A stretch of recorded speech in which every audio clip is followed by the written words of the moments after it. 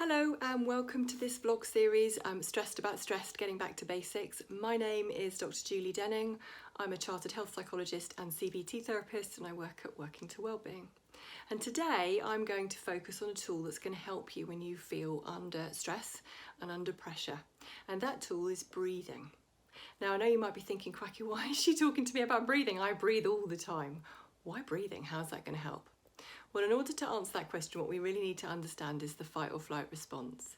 Now, the fight or flight response is amazing. It's an automatic process, and it's our body coming and rushing to our mind's aid when our mind perceives that there's a threat in our environment. Now, that threat can be psychological or physical, and it's a very, very old system in our brain, and it was in the days when we needed to run away from like saber-toothed tigers is the archetypal example.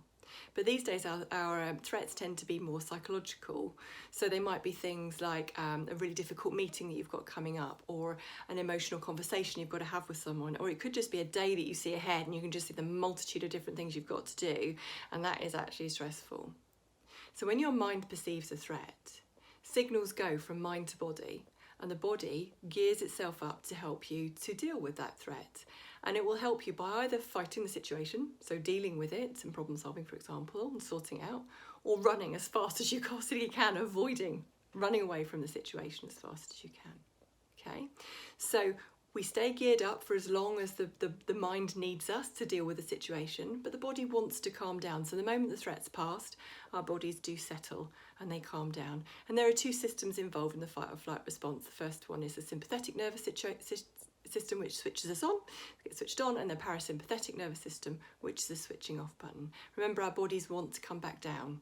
They don't want to stay at a high level of kind of threat and emergency, because it takes an awful lot of energy to stay in the fight or flight stance. And you might sometimes find when you've been really stressed out and then stress has gone away, you feel really tired. And that is often because the fight or flight response itself is exhausting. But there are all sorts of body systems that get kind of activated and switched on in the fight or flight response, and you will notice them sort of physically. So it's really useful for you to tune in. So you might, for example, notice you get butterflies in your stomach, you know, that tingly kind of sensation. You might start to notice an overall sense of being wound up, and that is true because your body is getting wound up to deal with the threat. So your muscles are getting kind of like springs, so they can go ching and deal, so you can run quickly or you can fight solidly.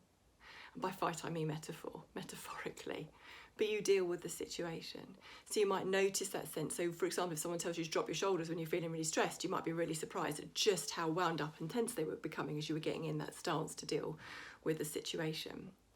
What you also might notice is a tingling in our fingers. When you're very stressed, we don't need fine motor skills when we're in the fight or flight stance. We need big motor skills. So you might notice that, and this is kind of where the blood flow is going to those bigger muscle groups in your body. So you might notice that. You might notice that your legs start to shake and wobble, and again, that's where the muscles are so wound up, they're really, really bracing themselves to be able to release all that energy. But the starting point of the fight or flight response is what you might notice most acutely is that you start to breathe more shallowly and more quickly. And what people often say is they can feel like they can't quite catch their breath because they're trying to get a lot of oxygen on board. And that oxygen is going into the bloodstream and then it's getting pumped around the body by the heart. So you might notice that your heart rate increases as we're trying to get that kind of urgency to get that richly oxygenated blood pumped around to the big muscle groups in our body. So you might start to notice, like I say, a shallow breathing and your heart beating more quickly, and that will all be part of that fight or flight response. Remember, it's awesome, but it can feel overwhelming, and it can really help actually to think about the situation as you might be experiencing of, yes, acknowledging it's overwhelming and it might feel deeply uncomfortable, but if you can kind of soothe yourself and say, actually, this is my body helping, then it might just help a little bit. But let's go on to breathing. So breathing is the first part that we notice when the fight or flight gets activated. And breathing slows down when the threat passes by and our body starts to calm. So we can kind of almost go on a manual override by breathing slowly. And what I'm going to do is talk you through a breathing exercise now that you can use when you're feeling really stressed and you just need to gather a little bit of calm so you can then go into the situation and manage it or decide what you want to do next. And I'm going to take you through a technique that's really simple, and it's just a question of counting. And this one I can reference is from one of Rangan Chatterjee's books. And he cites the example of 3-4-5 breathing technique. Now the idea behind this is you're breathing in for 3 counts, you're holding your breath, if you like, for 4 counts, and you're breathing out for 5. Now it's really significant that you breathe out for longer than you breathe in. It's a really important part of this breathing process when you're slowing your breathing down. Just make sure that outward breath is longer than the inward breath. It's all to do with exchanges of gases and carbon dioxide and oxygen. But just breathe out for longer than you're breathing in, okay? So what I'm going to do is I'm going to take you through that technique. Now you might find I'm too slow or too fast, but I'm going to take you through it, and then by all means you get into your own regulation of how you want to do it, okay? So let's go through. So we want to breathe in, 2, 3, hold, 2, 3, 4, breathe out, 2, 3, 4, 5. Now you might find that out breath really quite difficult, like whoo, you really feel your lungs emptying, okay? But let's keep going. So try and breathe in, 2, 3, hold, 2, 3, 4, breathe out, 2, 3, 4, 5. I just want you to keep in that lovely and gentle rhythm and just kind of find yourself getting into a nice flow of very slow breathing. And while you're doing that really slow breathing, just connect in with your body. Maybe you might want to put one hand on top of your chest. You might want to put one hand on your tummy. And just notice what's happening to your hands as you're breathing in.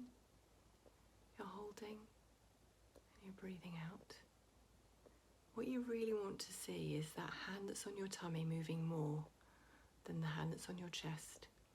Because if that's the case, that means you're breathing with your diaphragm, and that's what we really want you to be able to do, to really use the diaphragm to fill up your lungs with lovely oxygen, and then to really feel the air being pushed out and out of your lungs and out of your body, okay? And using that diaphragm to help you to do that. Sometimes we get used to breathing shallowly from the top of our chests, and sometimes the shoulders are involved in kind of helping lift the rib cage. And we really wanted the shoulders just to be nice and relaxed, and we want to do breathing from the diaphragm rather than from your shoulders. So just really notice that. And as you're breathing slowly, just notice the rhythm that you feel and your rib cage expanding as the lungs are getting beautifully full of air. And you're holding, and then as you're exhaling, you're feeling all that air kind of go out of your lungs. And you might even notice your body kind of shrinking back round as your lungs are emptying, and your shoulders are coming back as you're breathing in more air. Just really connect in with your body and start to notice if you're feeling soothed. And keep breathing really slowly and gently. Notice it might help to breathe in through your nose. Imagine you're smelling roses or another really beautiful fragrance. You're breathing in through your nose and you're holding. And as you're breathing out, imagine you're blowing out candles on a birthday cake, nice and gently, and just breathing out through your mouth, gently. Over time, you might want to inhale and exhale through your nose, maybe while you're just practicing and breathing in this slow and regulated way. Just breathe in really gently, holding 3 counts, hold for 4 counts, breathe out for 5 counts. And get into that nice rhythm. And just keep doing that nice and slowly. Maybe notice if any tension starts to go out of your body. And you might actually want to enable it to go out on that out breath. Just feel any tension leave your body on that outward breath. And keep doing that in a nice rhythmical fashion. And just slowly feel your body unwinding and calming through the fight or flight response.